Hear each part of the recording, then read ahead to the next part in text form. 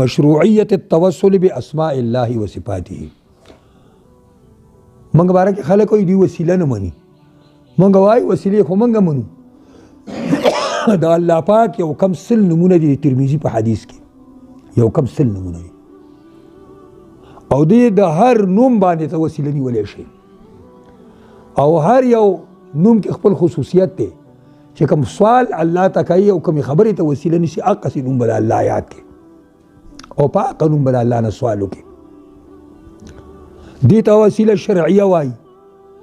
دویم خپل اعمال صالحه براوالي او بزان د پاره وسیله کې، لکه څنګه چې دا غار غدرې کسان چې په غار کې پناه واغستا د باران نه پاغي کمر راو غورځید غټه او د غار یو لوی حسراله او خلی بند کړه او هر یو ویلي چې په خپل ژوندۍ کې کم کار د الله د پاره کړی دی، نن د هغې په وجه باندې الله نه سوال وکړي او یو خپل عمل صالح پیش کړ، لږ ځای وشو، بیا بل خپل عمل صالح پیش کړ، بیا لږ زیات وشو، بیا درې خپل عمل صالح پیش کړ. ما حدیث هسې مختصر ویو، بیا چې هغه درې خپل عمل صالح پیش کړ کاڼې لاړ او لار کلاو شو ویروت.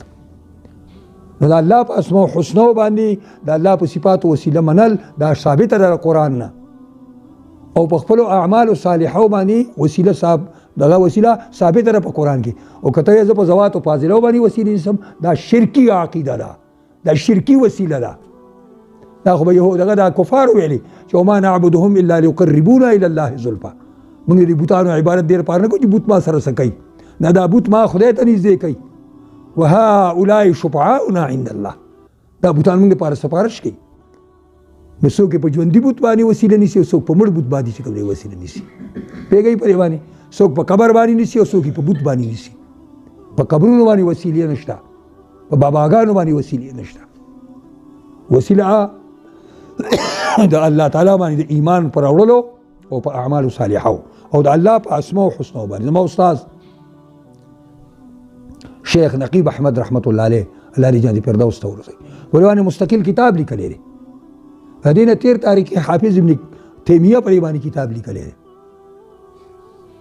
مولانا غور رحمان رحمت الله علیه پرې باندې یو مختصر غوندې پامفلټ لیکلی او شیخ القرآن د پنځپیر اوم پرې باندې یو کتاب لیکلی پخوا. پرې باندې پوهېږئ دې باندې بېشمار کتابونه لیکلی شوي، خو د ټولو نه بهتر کتاب چې چا لیکلی دی هغه د شیخ نقیب احمد دی او هغې کې ډېر لوی معلومات دي. نو مشروعیت التوسل باسماء الله و صفاته دا پرې کې راله.